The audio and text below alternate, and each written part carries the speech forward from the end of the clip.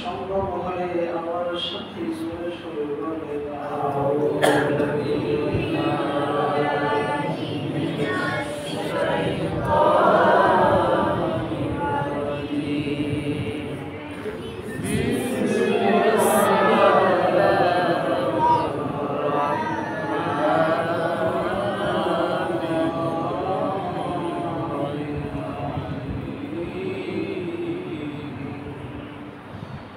والذين يكنزون الذهب والفضة ولا ينفقونها في سبيل الله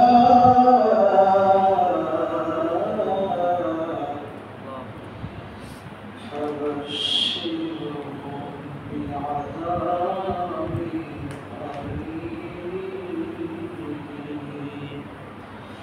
يوم يحمى عليها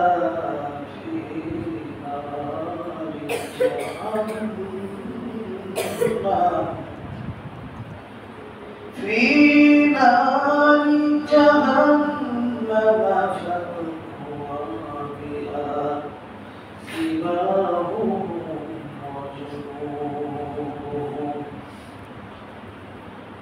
وجنوبهم وظهورهم هذا ما كنزتم لأنفسكم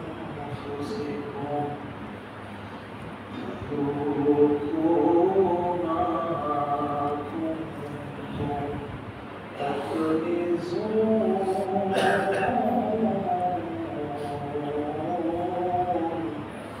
صدق الله العظيم. وقال النبي صلى الله عليه وسلم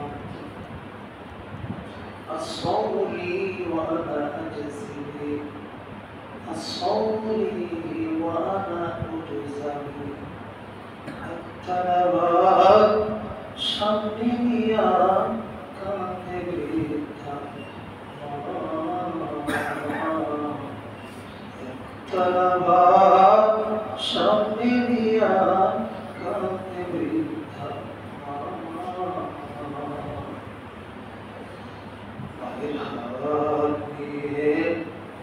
آدیے جناب تم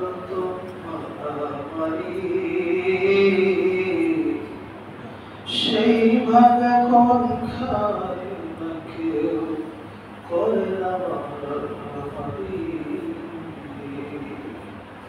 মায়ের মাখা সেই ভাগ দেখো মায়ের মাখা সেই ভাগ দেখো কাক পক্ষীরা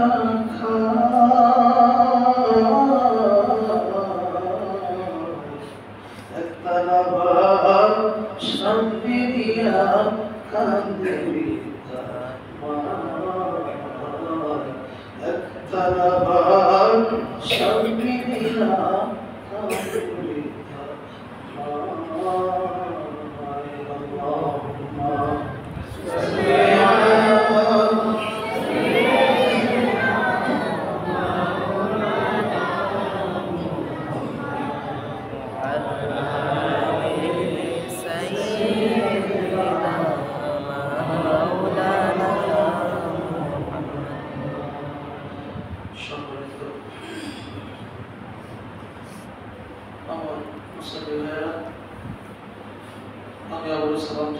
السلام عليكم ورحمة الله وبركاته. وعليكم السلام ورحمة الله. আমরা সকলে কেমন আছেন?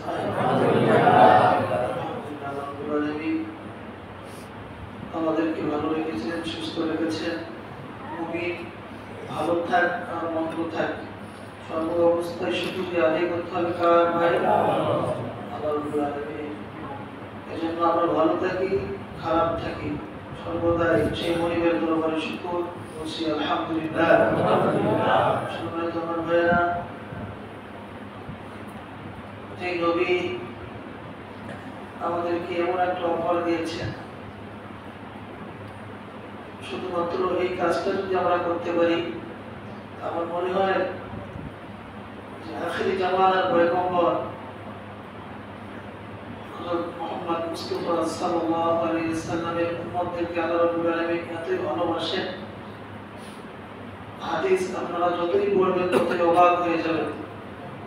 কিন্তু আমরা তো পড়তে বিলম্ব করি, কৃতজ্ঞতা করি, অবহেলা করি। সর্বপ্রথম আল্লাহ রাব্বুল আলামিন বলছেন যত নবীর উম্মত আছে হিসাব শেষ, সাথে সাথে জাহান্নাম, কোনো কথা নেই।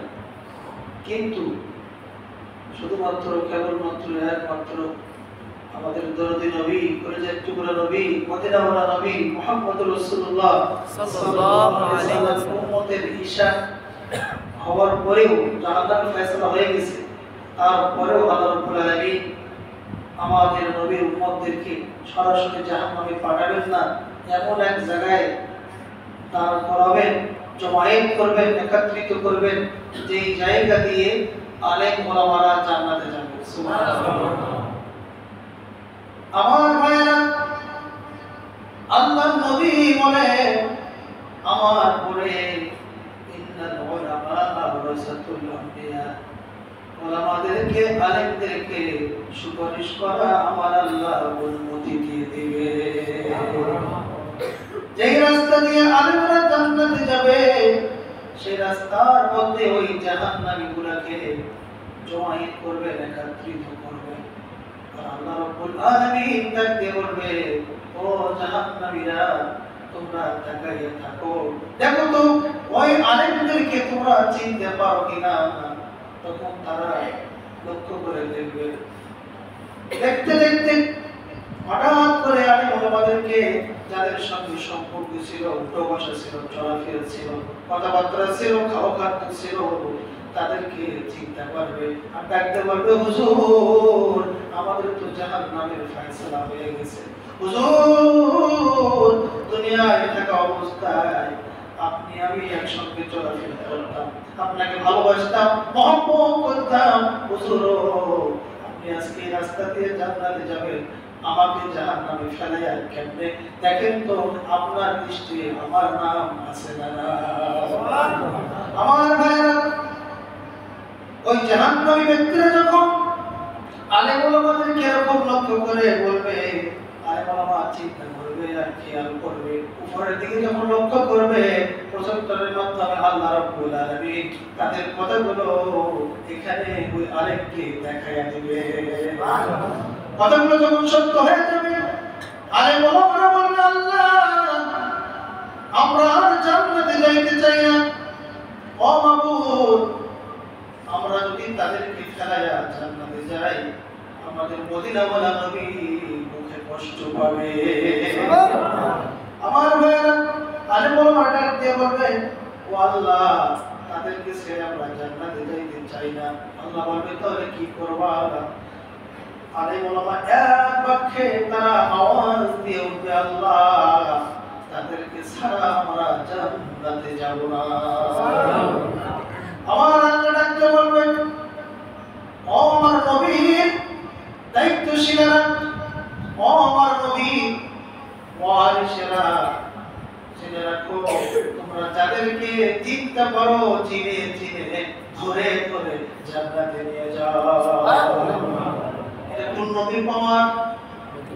আমাদের নবীর পাওয়ার এবং আমার নবীর উম্মতের পাওয়ার। কোন উম্মত? আলেম ওলামাদের পাওয়ার। সেই নবীর দরুদ ও সালাম সকলে বলছি সাল্লাল্লাহু আলাইহি ওয়াসাল্লাম। তবে বুঝা গেল দিনদার পরেজগার নেককার বান্দাদের সঙ্গে সম্পর্ক রাখার দরকার আছে না? রাখবো তো ইনশাআল্লাহ। যত আলেম ওলামা দেখতে পাবেন এই রমজান মাস সুযোগ এসেছে, যদি একদিনের শরবত করেন দিয়ে দিলেন ইফতারি করার জন্য, যদি সম্ভব না হয় একদিনে দুধ দিবেন, দুধ যদি সম্ভব না হয় একটা আজওয়া খেজুর দিবেন, যদি একটা আজওয়া খেজুর দিয়েও ইফতারি কাউকে করান আল্লাহ রাব্বুল আলামিন বলেন ও রোজা থেকে যা সব পাইলো ওই ব্যক্তিটাও তাই সব পাইলো। শুধু তাই নয়, আল্লাহ রাসূল বলেন যদি কোনো ব্যক্তি কাউকে ইফতার করায় আল্লাহ রাব্বুল আলামিন যে ইফতার করাইলো তার জীবনের সমস্ত গুনাহ খাতা মাফ করে দেয়। 3 নম্বর, আল্লাহ রাব্বুল আলামিন তার সংসারের মধ্যে কোনো অভাব রাখে না। আমার ভাইরা, আল্লাহ নবী জনাব মুহাম্মদ রাসূলুল্লাহ সাল্লাল্লাহু আলাইহি ওয়াসাল্লাম বলেন, আমি তো থাকবো না, কিন্তু আমার পরে যেই ওলামারা আসবেন, দ্বীনের দায়ীরা আসবেন, তাদের সঙ্গে ভালো আচরণ করো, ভালো সম্পর্ক রাখো। মনে রাখো, কিয়ামতের ময়দানে আমার আল্লাহ তাদের ওসিলায় তোমাদেরকেও জান্নাত দিতে পারে। রাখবো তোমাকে ইনশাআল্লাহ। আমার ভাইরা, আর যদি শুকর মাকর কাদের সঙ্গে সম্পর্ক আমরা রাখি, আল্লাহর নবী বলেন তাদের সঙ্গে তাদের হাসর নাসর হবে আল মারউ মা মান আহাব্বা। তারা যদি জাহান্নামে যায়, তাদেরকেও তাদের সাথে জাহান্নামে যাইতে হবে। এজন্য আল্লাহ রাব্বুল আলামিন বলেন, কিয়ামতের ময়দানে আল্লাহ ডাকতে বলবেন, ও নেতারা, ও হাইব্রিড নেতারা, এদিকে আসো। ডাকার পরে আল্লাহ রাব্বুল আলামিন যখন জাহান্নামের ফয়সালা করবেন, তাদের সাথে যারা ছিল সেরা সামন্দা, তাদেরকেও ডাকা হবে। আর আল্লাহ বলবেন, তোমরা কি এই কাজগুলো করো নাই? তারা বলবে, না আল্লাহ, আমরা করি নাই, আমার নেতা করেছে। নেতা আদেশ দিয়েছে। আল্লাহ রাব্বুল আলামিন বলবে, ওই নেতার কথা শোনার কারণে তোমরাও তার সঙ্গে জাহান্নামে যাও। নেতা যদি আল্লাহর বিরুদ্ধে, রাসূলের বিরুদ্ধে, কোরআনের বিরুদ্ধে কথা বলে, শোনা যাবে না। সবাই বলে শোনা যাবে না। কোরআনের বিরুদ্ধে আমার বাবাও যদি কথা বলে, আমার বাবার কথা আমি শুনতে রাজি নয়। হযরত ওমর রাদিয়াল্লাহু তাআলা যুদ্ধের ময়দানে খত্তবের তার নিজের পিতা খত্তবের কল্লা দেহ থেকে আলাদা করে দিল। নবীজি বললেন, ওমর, তুমি তোমার বাবার কল্লাকে দেহ থেকে আলাদা করলে কেন? তুমি কি চিনতে পারবে না? ওমর বলে, হুজুর, যুদ্ধের ময়দানে দুইটা পরিচয় হয়, একটা হলো কাফের আর একটা হলো মুসলিম। আমি বলা মুসলিম, আমার বাবা কাফের, এখানে নিজের পিতার পরিচয় দেওয়ার টাইম না। আমার ভাইরা, আল্লাহর রাসূল এজন্যই আমাদেরকে বারবার তাগিদ দিয়েছেন। হাদিসে কুরসির মধ্যে আছে, বলি ওয়ানা আজজিবি ওয়ানা মুজজাবি। আল্লাহর কথাটি আল্লাহ নবীজি ঘোষণা করে দিয়েছেন।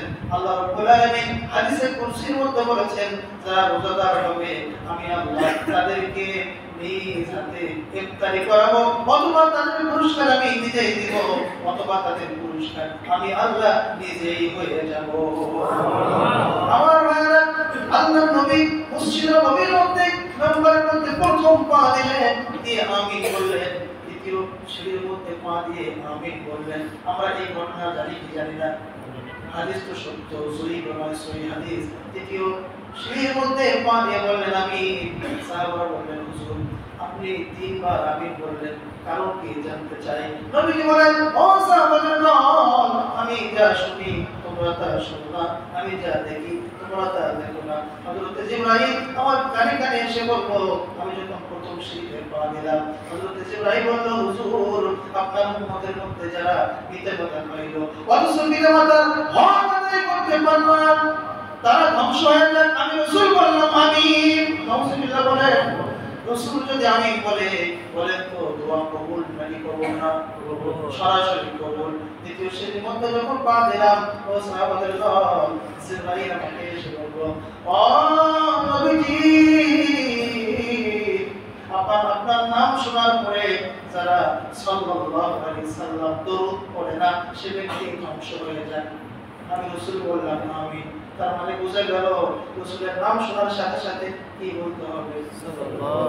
সবাই জোরে বলি সাল্লাল্লাহু আলাইহি ওয়াসাল্লাম। দ্বিতীয় সিঁড়ির মধ্যে যখন নবীজি পা দিলেন, হুজুর আমিন বললেন। সাহাবারা বললেন, হুজুর আপনি আমিন বলেন। দ্বিতীয় সিঁড়ির মধ্যে পা দিয়ে জানতে চাই। নবীজি বলেন, জিবরাইল আমাকে বলল, ও নবীজি, আপনার উম্মতের মধ্যে যারা রোজাদার হবে, যাদের প্রতি রোজা ফরজ হয়েছে, এই রোজা পাওয়ার পরেও যদি নিজের গুনাহ খাতা মাফ করে দিতে না পারে, ওই ব্যক্তি ধ্বংস হয়ে যায়। আমি রাসূল বললাম আমিন। সম্মানিত ভাইরা, এই রমজান মুবারক আমাদের সামনে এসেছে। এই রমজান মুবারকের মধ্যে যদি নিজের গুনাহ খাতা আমরা পাপ করে নিতে না পারি, বলেন তো আমরা কোন দিকে চলে যাব? ধ্বংসের পথে চলে যাব। আমরা ধ্বংস হতে চাই না। আল্লাহ রাব্বুল আলামিন ধ্বংস থেকে আমাদেরকে মুক্ত করুন, সকলে বলি আমিন। আমিন। রাসূলের কথা সত্য, রাসূল যেটা আমিন বলে ফেলছে, এখানে কোনো কলম লাগার মতো কারো সাহস নাই। আমার ভাইরা, আল্লাহ নবীজি বলেন, তোমরা তোমাদের নিজের নফস এবং মান এবং বদন, শরীর, এই তিনটার যাকাত দাও। সুবহানাল্লাহ। যাকাতের আবিধানিক অর্থ কি ভাই? পবিত্র করা অথবা পবিত্র হওয়া। আমার ভাইরা, আল্লাহ নবীজি বলেন তিন রকম যাকাত। মুসলিম শরীফের মধ্যে এসেছে, বুখারীতেও এসেছে, যাকাত হলো তিন প্রকার। সুবহানাল্লাহ বলেন। এক নম্বর হলো আয-যাকাতুন নফস। আয-যাকাতুন নফস, নফসের যাকাত। নফসের যাকাত কি? সমস্ত অশ্লীল কাজ থেকে বিরত থাকা, আত্মশুদ্ধির মাধ্যমে নফসকে পবিত্র করা। সুবহানাল্লাহ। এটাই হলো নফসের যাকাত। দুই নম্বর আয-যাকাতুল বদন, শারীরিক যাকাত, নিজের শরীর ভালো থাকার জন্য যাকাত দেওয়া। যাকাতটা কি? যেটা আমরা সাদকাতুল ফিতর দেই। সুবহানাল্লাহ। এই সাদকাতুল ফিতর কেন দেওয়া হয়? নিজের শরীর স্বাস্থ্য ভালো রাখার জন্য আমরা সাদকাতুল ফিতর দেই। এই সাদকাতুল ফিতরের মাধ্যমে আমার আল্লাহ আমাদের শরীর স্বাস্থ্যকে ভালো রাখেন। সুবহানাল্লাহ। তিন নম্বর যাকাত, যাকাতুন আমওয়াল, ধন সম্পদের যাকাত। আমার ভাইরা, এই ধন সম্পদের মালিক কে বলেন? ধন সম্পদের মালিক হলো আল্লাহ। আল্লাহ রাব্বুল আলামিন বলে এই মেরাজ, এই ধন সম্পদ, সমস্ত কিছুর মালিক আমি আল্লাহ। আমার জিনিস নিয়া, আমার ধন সম্পদ নিয়া তোমরা কেমন দুর্বলতা করো? আমার ভাইরা, মদিনার বুকে ওলীদ ইবনে মুগীরা, মক্কার মধ্যে সবচেয়ে কবির নিকৃষ্ট, যে নিজে নবীজির কল্লা কাটতে গিয়েছিল, ওলীদ ইবনে মুগীরা, তার মানে মুগীরার বেটা ওলীদ, যার কোনো পরিচয় ছিল না। রাতুল্লিন বাদা যালিকা যালিল, সূরা কলমের মধ্যে ওই ওলীদ ইবনে মুগীরার বিষয় নিয়ে আল্লাহ রাব্বুল আলামিন কথা বলেছেন যে সে জারক সন্তান, পাঁচটা ছিল।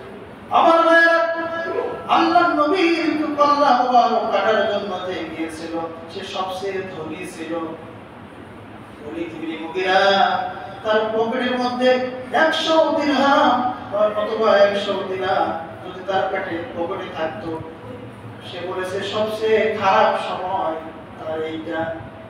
খারাপ সময়ের পরেও তার পকেটে 100 দিরহাম থাকতো। তার মানে বুঝেন সে কতবারই বড় লোক, কিন্তু তারপরেও সে যাকাত না দেওয়ার কারণে, আল্লাহর দ্বীনকে না মানার কারণে আমার আল্লাহ ওলীদ ইবনে মুগীরাকে ধ্বংস করে দিয়েছেন। শুধু ধ্বংসই করে নাই, তার ধন সম্পদ বাগান যা ছিল সব মিশিয়ে দিয়েছেন।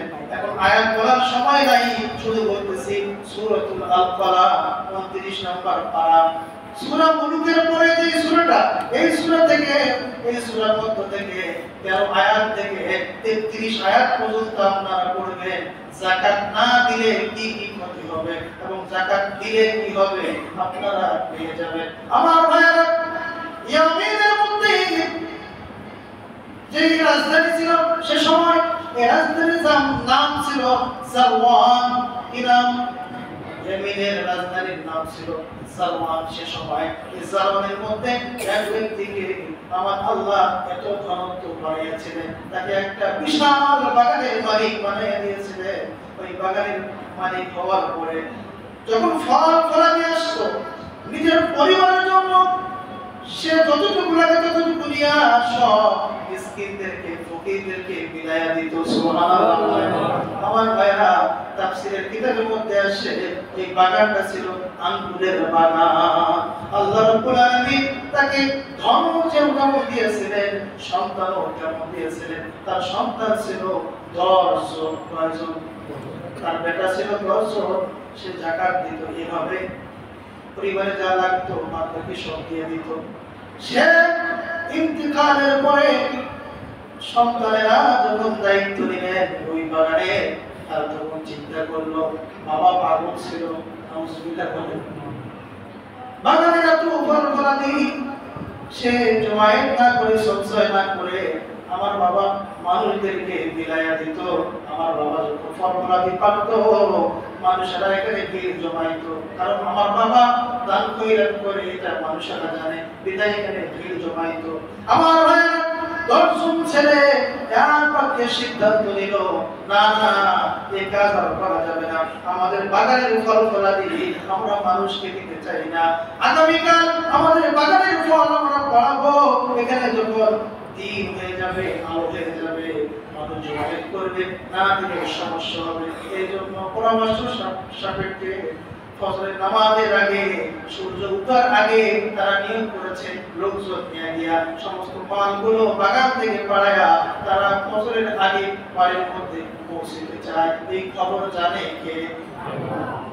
ওরা যখন একটা সিদ্ধান্ত করলো কাউকে দিবে না, বাবার আদর্শ তারা মানবে না, বাবা নাকি ভুল করেছে, বেকুব ছিল, নাউজুবিল্লাহ বলেন, তারা নিজের বাগানের ফল-ফলাদি ফকির মিসকিন কাঙ্গাল ভিক্ষুকে দিবে না, তারা নিজেই চলে আসবে। এই খবর পৌঁছে গেল আমার আল্লাহর কাছে। ইন্না বালাউনাকুম কামা বালাউনা আসহাবাল জান্নাহ। সুবহানাল্লাহ। ইয়ামিনের রাজধানী জারওয়ানের মধ্যে একজন বাগান বাগান আমি আল্লাহ দান করেছিলাম এক ব্যক্তিকে। ওই বাগান থেকে যাকাত না দেওয়ার কারণে 10 জন ছেলের সিদ্ধান্তে আমি আল্লাহ রাতের মধ্যে আমার কুদরতি আগুন দিয়া ওই বাগানকে আমি ছাই করে দেই। ফজরের নামাজের পরে আমার ভাইরা মানুষেরা যেভাবে জানতো এখানে ভিড় জমাচ্ছে, কিন্তু তার আগে 10 জন ভাই যখন এখানে উপস্থিত হয়ে গেছে অন্ধকার থাকতে, কেউ বলে না এটা মনে হয় আমার বাগান নয়, পুড়ে গেছে, ছাই হয়ে গেছে। কেউ আবার বলে না আমরা ভুল জায়গায় এসেছি। কিন্তু এর মধ্যে খারাপের মধ্যে ভালো থাকে কি থাকে না? খারাপের মধ্যে ভালো ভাই কি বলে, ও বেগুনের দল, রাতের মধ্যে যে সিদ্ধান্ত আমরা করেছি এই সিদ্ধান্ত আমার আল্লাহ শুনেছে। গরিবদেরকে দেওয়ার জন্য আমার আল্লাহ আমাদের বাগানে ফল-ফলাদি বাড়ায় দেয়, আর ওই ফল-ফলাদির উপরে মানুষের হক ছিল। ওই হক মানার কারণে, সিদ্ধান্ত নেওয়ার কারণে আমার আল্লাহ আমাদের হক সহ পুরাইয়া দিয়েছে। আজকেও যদি আমার ধন সম্পদ, টাকা পয়সা জমায়েত করে গরিবদেরকে, মিসকিনদেরকে, ফকিরদেরকে যদি আমরা দান কইরা যাকাত না দেই, আমার আল্লাহ এখনো আছে না নাই? আমার আল্লাহ আজকেও আপনাকে পরীক্ষার মধ্যে ফেলাইয়া দিয়া এমন একটা রোগ সৃষ্টি করে দিবে, ওই রোগের মাধ্যমে আপনার যাকাত ছিল মাত্র 1.5 লক্ষ টাকা, কিন্তু ওই রোগের কারণে আপনার 5 লক্ষ টাকা ব্যয় হতে পারে কি পারে না? আমার ভাইরা, এই জন্য আমরা যাদের যেরকম সামর্থ্য, ধরেন 90,000 অথবা 80,000 অথবা 70,000, 52 লাখ রুপির দাম যা হয় হিসাব করে এই টাকা যদি 1 বছর খাওয়ার পরে জমা থাকে, এই টাকার উপরে শতকরা 2.5 টাকা হিসাব করে যা হয় আপনি সুন্দরভাবে বিলাইয়া দিবেন ইনশাআল্লাহ। যদি না দেই কি হবে? সূরা তাওবার মধ্যে আমার আল্লাহ বলেছেন, ওয়াল্লাযীনা ইয়াকনিজুনা আয-যাহাবা ওয়াল ফিদ্দাতা ওয়া লা ইউনফিকুনাহা ফি সাবিলিল্লাহ। আল্লাহু আকবার। যারা তোমরা আমার দেওয়া সম্পদ, কার দেওয়া সম্পদ? আমার দেওয়া সম্পদ থেকে সঞ্চয় করে জমা করে রেখেছো, ওই সম্পদ থেকে গরিবদেরকে, মিসকিনদেরকে তোমরা যাকাত আদায় করে দাও। কার হুকুম? আর যারা দেয় না, ইয়াউমা ইউমা আলাইহা ফি নারি জাহান্নাম ফাতকুয়া বিহা জিবাহুহুম। যারা আমার টাকা পয়সা, আমার সম্পদ, আমার কুদরত থেকে দেওয়া অথচ সঞ্চয় করে রাখে, মানুষদের মাঝে বিলায় না, যাকাত দেয় না, তাদেরকে জাহান্নামে দিয়া ওই সম্পদগুলোকে সাপ বানায়া অথবা তার জিহ্বার মধ্যে একটা পেরেক ঢুকাইয়া দিয়া ওই সাপগুলো তাকে দংশন করবে। নাউজুবিল্লাহ বলে জিবাহুম, জিহ্বার মধ্যে পেরেক ঢুকে দেওয়া হবে, ওয়াজুনুবুহুম ওয়াজুহুরুহুম ছটফট করবে, তাদের মগজগুলোকে ফেটে দেওয়া হবে। নাউজুবিল্লাহ বলে, এবং তারা চতুর্দিক থেকে সাপ হইয়া ওই সম্পদগুলো তাকে আক্রমণ করবে এবং তারা বলবে আমরা ছিলাম তোমার সঞ্চয়কৃত জমাকৃত টাকা পয়সা ধন সম্পদ। নাউজুবিল্লাহ। আল্লাহ কোরআনকে বিশ্বাস হয়, যদি বিশ্বাস হয় তাহলে যতটুকু যাকাত রয়েছে আমরা নিয়ত করব সঠিকভাবে যাকাত আদায় করতে। আমার আল্লাহ যেন আমাদেরকে তৌফিক দান করেন। সকলে বলি আমিন। শুধু ধনের যাকাত দিতে হবে না, নফসের যাকাত দিতে হবে, বদন মানে শরীরের যাকাত দিতে হবে এবং মালের যাকাত দিতে হবে। এই তিনটা যাকাত যদি আমরা দিতে পারি তাহলে ওই ব্যক্তি রমজানুল মুবারকের হক সে আদায় করলো। আমার ভাইয়েরা, এর মধ্যে আরেকটি কথা, যেরকম হয়তো বা আগামী জুমায় বলা যাবে না, আগামী জুমায় হয়তো 20 রমজান হতে পারে, আজকে কত হতে 13 না।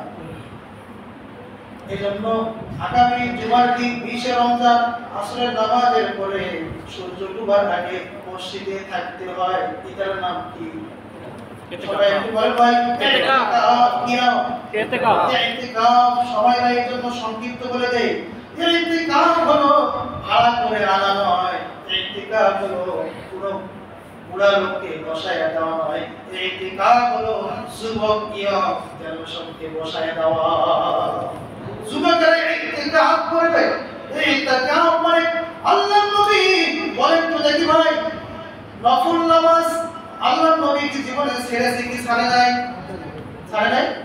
সুন্নাত কখনো কখনো নবীজি ছেড়েছেন কি ছাড়েন নাই? ছেড়েছেন, কিন্তু এমন একটি আমল নবীজি জীবনে ছাড়ে নাই। ওই আমলটার নাম কি বলে? ইতিকাফ। সবাই বলেন কি নাম?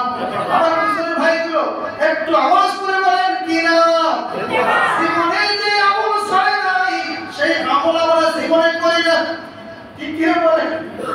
নবীজি জীবনে যে আমল ছাড়ে নাই সেই আমল আমরা জীবনে করি না, তাহলে এরকম শত্রু আর কোথাও পাওয়া যাবে না। নবীজি যে আমল জীবনে ছাড়ে নাই সেই আমলের ধারেও আমরা যাই না, ঠিক কি না বলেন? অথচ নবীজি বলেছেন মদিনায় যখন আমি এলাম, মদিনায় আসার পরে তো রমজানুল মুবারক আমি পেয়েছি, আমার জীবনে আমি কখনো ইতিকাফ ছাড়ি নাই। শুধুমাত্র একটা মাসআলা পাওয়া যায় হাদিসের মধ্যে, এক রমজানে নবীজি বিবিদের সঙ্গে একটু মান অভিমান হওয়ার কারণে সেই রমজানে নবীজি ইতিকাফ কাজা হয়ে গিয়েছিল, কিন্তু নবীজি পরের বছরে 20 দিন কাজা ইতিকাফ রেখেছিল। সুবহানাল্লাহ। আমার ভাইয়েরা, শুধু তাই নয়, নবীজি যেই বছরে ওফাত গ্রহণ করবে, পৃথিবী থেকে চলে যাবে, 1 মাস ধরে নবীজি ইতিকাফ করেছিল। প্রথম 10 দিন নবীজি ইতিকাফ ছিলেন। 10 দিন পরে জিবরাইল আলাইহিস সালাম এসে বললেন, হুজুর আপনি ইতিকাফ করলেন কিসের কারণে? নবীজি বললেন লাইলাতুল কদরের জন্য। সুবহানাল্লাহ। জিবরাইল বলল, হুজুর এটা আমার সামনে আছে। আমার নবীজি আরো 10 দিন ইতিকাফ করলেন। 10 দিন পরে আবার জিবরাইল হাজির, বললেন হুজুর ইতিকাফ আবার 10 দিন কেন করলেন? আরো সামনে লাইলাতুল কদর আছে। সুবহানাল্লাহ। আল্লাহর নবীজি তখন আদেশ করলেন সাহাবারা ওই শেষের দশকে বেজর রাত্রিগুলোতে ইতিকাফ করলে পরে তার নসিবে আল্লাহ লাইলাতুল কদর নসিব করে দিবে। আমার ভাইরা, নবীজি বললেন ও সাহাবাদের দল, শেষের দশকে লাইলাতুল কদর আছে এবং কোন রাত এটাও আমাকে জানাই দেওয়া হয়েছে, কিন্তু আমি ভুলে গিয়েছি। তোমরা তালাশ করো, 21 থেকে শুরু করে নিয়ে 29 পর্যন্ত অবশ্যই তোমরা পেয়ে যাবে। আমার ভাইরা, ইতিকাফ থাকা আমাদের জন্য সুন্নতে মুআক্কাদা। মহল্লার মধ্যে এক যুবককে আমরা বসায় দিব, কোনো টাকা পয়সা দিয়ে নয়, নিজের স্বার্থে বসায় দিব। আমরা থাকতে রাজি ইনশাআল্লাহ। কোন যুবক ভাই এখানে আছে ইতিকাফ থাকার জন্য? যদি থাকে হাত তুলতে পারেন। আছে নাকি কেউ ইতিকাফ বসার জন্য যুবক ভাই? নাই কেউ? দেখেন, নবীজি যে কাজ ছাড়ে নাই জীবনে, সেই কাজ করতে আমরা জীবনে একবার হলো ইতিকাফ থাকবেন। এখন বলবো হুজুর ইতিকাফ করলে আমার ব্যবসা বাণিজ্য এগুলো বন্ধ হয়ে যাবে না। আল্লাহ রাসূল বলেছেন ইতিকাফের মাসালা শুনে তাই তো 30 শেষ করে দেই, 2 মিনিট শেষ করে দেব। ইতিকাফের মাসালা হলো আপনি ব্যবসা বাণিজ্য করেন, কিন্তু আপনি ইতিকাফ আছেন, আপনার ব্যবসার যে হিসাবগুলো, শুধু এখানে দোকান ঘর বানানো যাবে না, এই মসজিদ থেকে এখানে বসে আপনি ওই ব্যবসা বাণিজ্যের হিসাবগুলো আপনি আপনার ম্যানেজারকে দিতে পারবেন। একটা লোক ঠিক করবেন, এই লোকের মাধ্যমে আপনার ব্যবসা বাণিজ্য সবকিছু এই মসজিদ থেকে চলবে। সুবহানাল্লাহ। আল্লাহর নবী ছিল মসজিদ নববীতে, এমনকি মদিনার প্রেসিডেন্ট ছিল না ভাই? অথচ নবীজি যদি এটা থাকতে পারে, ওনার চাইতে কি আমরা বেশি ব্যস্ত ভাই? হ্যাঁ, উনি মসজিদে থেকে রাষ্ট্র পরিচালনা করেছেন, ইতিকাফে মসজিদে থেকে ব্যবসা বাণিজ্য করেছেন, মসজিদে থেকে আবু বকর রাদিয়াল্লাহু তাআলা আনহু বাসার মধ্যে তিনি খানা খাইতেও গিয়েছিলেন, কিন্তু তিনি কারোর সঙ্গে কথা বলেন নাই। যদি কোনোদিন খানা আনার মতো কোনো লোক না থাকে, বাসা যদি কাছে হয়, সে বাসা পর্যন্ত যাইতে পারবে, খানা নিয়ে সঙ্গে সঙ্গে চলে আসবে, কোনো কথা বলা যাবে না। যদি লোক না থাকে আনার, যদি কথা বলছি, আর যদি লোক থাকে খানা আনার, তাহলে মসজিদ থেকে সে যাইতে পারবে না। আমার ভাইয়েরা, আর মসজিদে আমরা কাপড় দিয়ে আলাদা করে দিই, এটা দেওয়া সুন্নাত, না দিলেও সমস্যা নাই। এটা আমি অনুরোধ করবো, এমন কিছু নয় যে মসজিদে বসলাম আমার ব্যবসা বাণিজ্য সব বন্ধ হয়ে যাবে না। কথাটা শুধু আমরা কথা বলবো না, এখানে দোকান ঘর বানাই দেবো না, যেগুলো প্রয়োজনীয় কথা আমরা অবশ্যই বলবো ইনশাআল্লাহ। আমরা এই ইতিকাফ থাকার জন্য নিয়ত করি, কে দেখবে ভাই? আল্লাহ কবুল করুক। আমার এক যুবক মানুষ ভাই ইতিকাফ থাকার জন্য নিয়ত করেছেন, আল্লাহ রাব্বুল আলামিন এই ইতিকাফের মাধ্যমে তার কাছে যেন, তার কুদরতি কোলে যেন ভাইকে টেনে নেয়। সকলে বলে আমিন। ওয়া আখির দাওয়ানা আলহামদুলিল্লাহি রাব্বিল আলামিন।